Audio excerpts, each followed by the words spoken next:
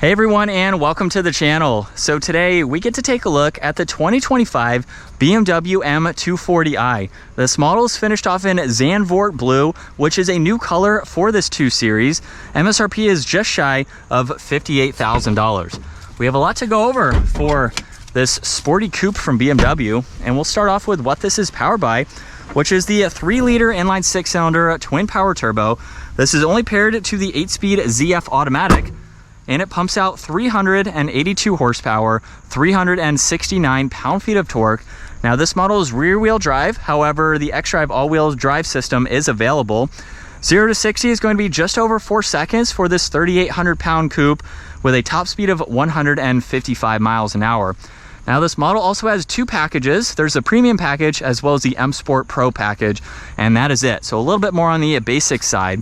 But for the 25-year model, really the only difference outside is the placement of the M badge.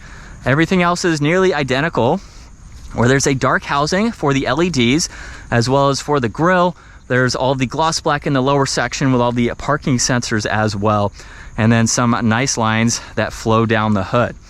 Now this model also has a 2-tone design for these wheels, along with the M Sport brake calipers, finished off in red for this model, which is a really nice contrast. Now there's gloss black for the mirrors with the turn signal, more gloss black for all the window trim, sunroof is on this model, and then there's some really nice lines that run down the side, especially the side skirt there. It kind of bulges out slightly just to give it some definition. There's also the flush mounted door handles, which give it a great look. And then there's the gloss black trunk mounted spoiler. There's the dark housings for the LEDs, backup camera with all the sensors, dual exhaust, more gloss black. And you can also do the remote start. So triple tap that lock button and it will start right up, and then you can triple tap on it again to shut it off if needed. You can also use the button on the key fob or up underneath to open up this trunk, where you have a good bit of space. You can also fold down the back seats as well. So it makes for a very practical 2-doored vehicle if you need a little bit of extra space. Now as we work our way to the interior, the door panel is very nice. There's all the blue stitching for this model, Harman Kardon for the audio. You have memory seating adjustments, window and side mirror controls, trunk release, and more storage in that lower section. And then there's a very nice sport bucket design for the seats with all of the blue stitching. These are automatic seats with the 1 manual adjustment for the leg support. I guess you could have the 2nd manual adjustment to move that backrest forwards. From there, the seat will automatically move out of the way. So at 5'10", I can hop into the back here, where I wouldn't want to be here on a long road trip, but I have some vents, I have a little bit of storage. My head is touching the headliner, so I could ride around town, have plenty of window visibility there. There's an armrest. I could even place my drinks in the cup holders, which is very nice. You can also fold this middle seat down too. So if I had to go maybe to a car show or something, you needed that 3rd seat, you could make it work, which is nice. So it just adds to that practicality. Now the biggest change for the 25-year model is the addition of the flat bottom design for the steering wheel. Paddle shifters are on both sides. And let's start this back up. You have cruise control settings on the left, volume and tuning, and then you have this button in the middle where you can go through quite a lot. So you have all this content that you can get in to and scroll through, and then you can also adjust that layout depending on how you like to view that information. And then the last one is for the head-up display. So you can go through 4 different settings depending on what you would like to see. Now there's headlight controls along with 1 air vent.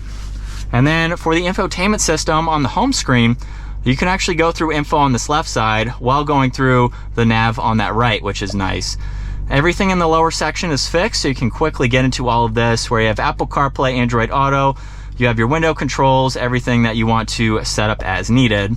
There's your climates, navigation, and then music as well. You can also get into the heated seats, heated steering wheel, and your temperature adjustments. Now this model is equipped with carbon fiber. You have volume tuning hazards in the middle there. The carbon fiber lid opens up to reveal wireless charging with auxiliaries and cup holders. You also have these shortcuts here, so that way you can go through all this information as needed. You can opt for the 360 camera, which this is missing, so we just have the backup camera with the sensors on the top.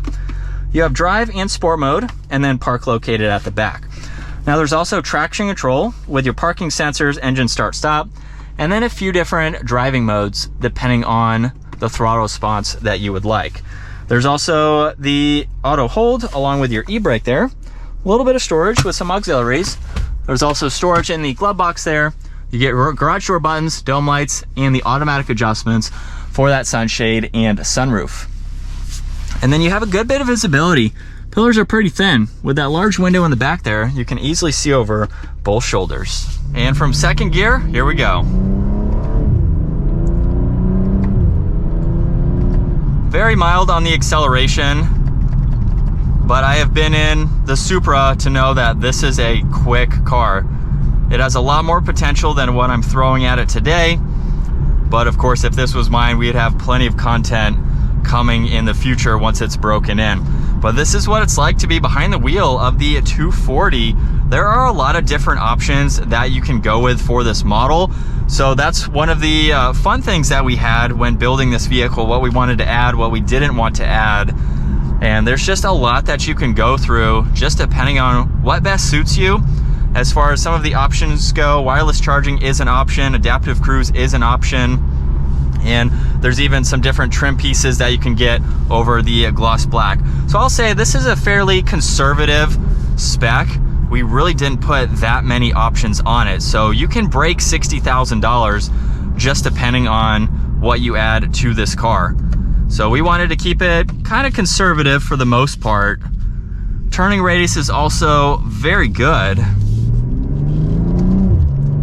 And of course, the different driving modes are going to affect the throttle response. So there's nothing that will change the suspension or anything like that. It's just going to help on that throttle response depending on how you are driving. But this is a comfortable vehicle. It feels similar to the X5, even though it's a sports car versus an SUV. And that's what I like about BMWs. They all have very similar driving characteristics. Of course, they are going to handle differently depending on the model and the SUV, coupe, which one that you choose to go with. But overall, I think the 240 is a really good bang for your buck because of how practical it is with the back seats, which is why I wanted to get one over the Supra, because it had the back seat space. So if you're looking for a sports car, you want something that's luxury focused, the 240 is great. That is going to wrap it up though for the M240i. Once again, huge shout out to Hendrick BMW for letting me take a look at the future spec, possibly for my own M240i, but for this car in general and what it has to offer.